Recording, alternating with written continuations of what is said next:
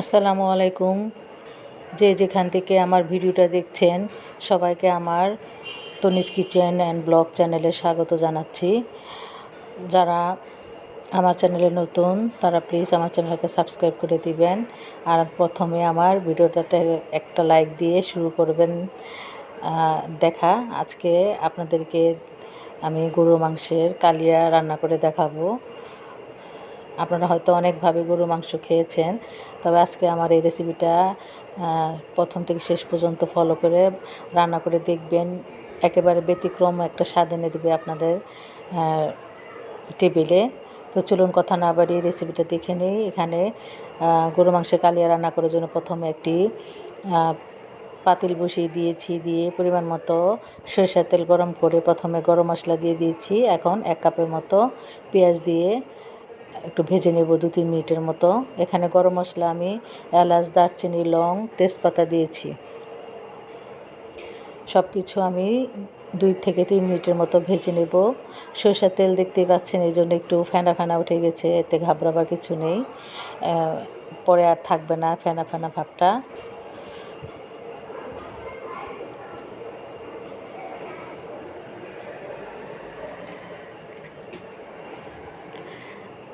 আমার ভিডিওটা যদি ভালো লাগে তাহলে লাইক কমেন্টস করবেন, পারলে আপনার বন্ধুদের সাথে শেয়ার দিবেন।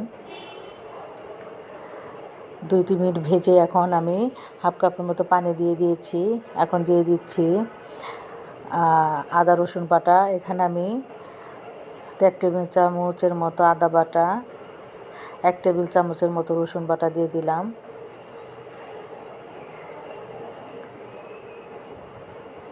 এখন দিয়ে দিচ্ছি আমি গুঁড়া মশলা। এখানে হলুদ গুঁড়া, মরিচ গুঁড়া, ধনিয়া গুঁড়া, জিরা গুঁড়া আর 1 চামচের মতো লবণ দিয়ে দিচ্ছি।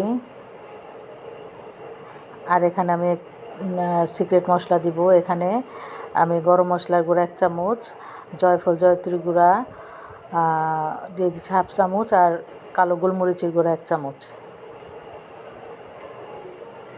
দিয়ে নেড়ে চেড়ে আমি সমস্ত মশলাগুলিকে আমি 4 থেকে 5 মিনিটের মতো মাঝারি আঁচে খুব ভালো করে মশলাগুলিকে কষিয়ে নেব।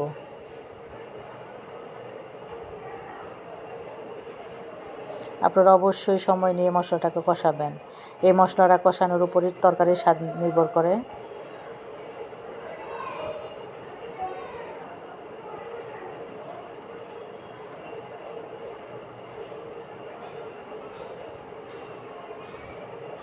মশলাটাকে 4 থেকে 5 মিনিট আমি কষিয়ে নিয়েছি।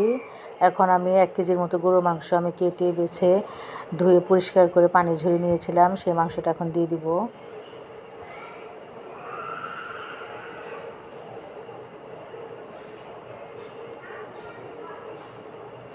মাংসটা দিয়ে আমি মশলার সাথে মাংসটাকে খুব নেড়ে চেড়ে মিশিয়ে দিচ্ছি।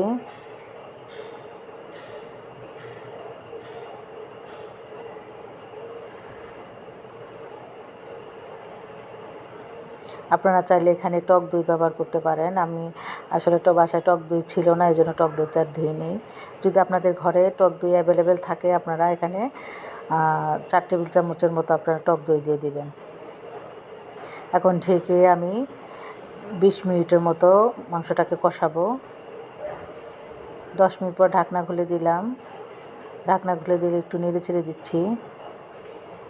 আর আপনারা যারা একটু ঝাল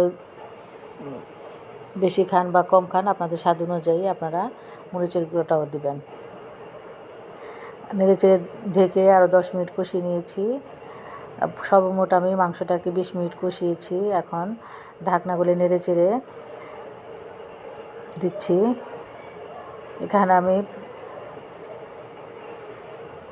কিছু আলু কেটে নিয়েছিলাম, সেই আলুটাকে আমি এখন দিয়ে দিলাম। দিয়ে মাংসের সাথে আলুটাকে মিশিয়ে দিচ্ছি নেড়ে চেড়ে। আপনাদের এখানে আরেকটা কথা আমি বলে রাখি, আপনারা যদি চান এই আলুটাকে আলাদা একটু তেলে ভেজে নিতে পারেন, তাহলে আরও ভালো হয়, আরও টেস্টি হয়। আমার হাতে সময় ছিল না তাই আজকে করিনি, আলুটা না ভেজেই দিয়ে দিলাম। দিয়ে এখন আমি ঝোলের জন্য পর্যাপ্ত পরিমাণ পানি দিব,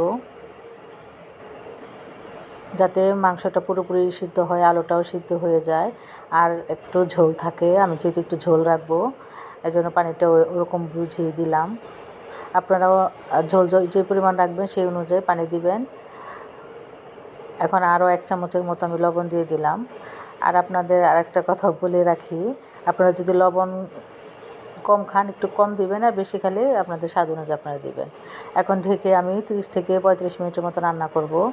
এর ফাঁকে ফাঁকে আমি ঢাকনা খুলে নেড়ে চেড়ে দিচ্ছি। এর মধ্যে বলক চলে এসছে, ঢাকনা খুলে নেড়ে চেড়ে দিচ্ছি।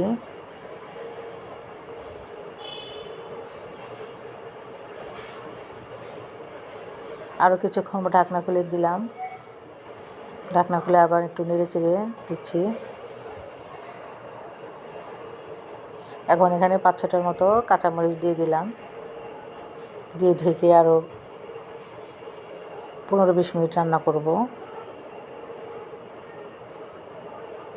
কিছুক্ষণ পর পর নেড়ে চেড়ে দিতে হবে ঢাকনা খুলে।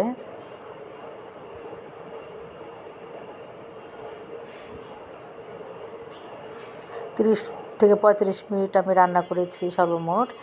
আমার রান্না প্রায় শেষের দিকে।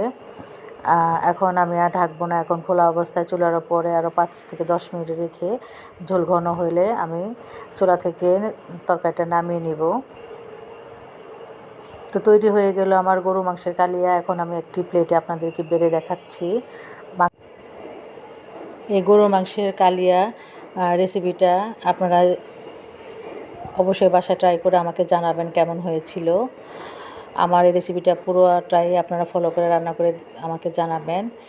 এই গরু মাংসের কালিয়া আপনারা গরম ভাত, পোলাও, খিচুড়ি সব কিছুর সাথে খেতে পারবেন, ভীষণ ভালো লাগে খেতে। আর মেহমানদের আপ্যায়নে আপনারা এইভাবে রান্না করবেন, প্রশংসায় পঞ্চমুখ হয়ে যাবেন সবার। তো তৈরি হয়ে গেল গরু মাংসের কালিয়া। আশা করি আমার এই কালিয়া রেসিপিটা আপনাদের কাজে লাগবে।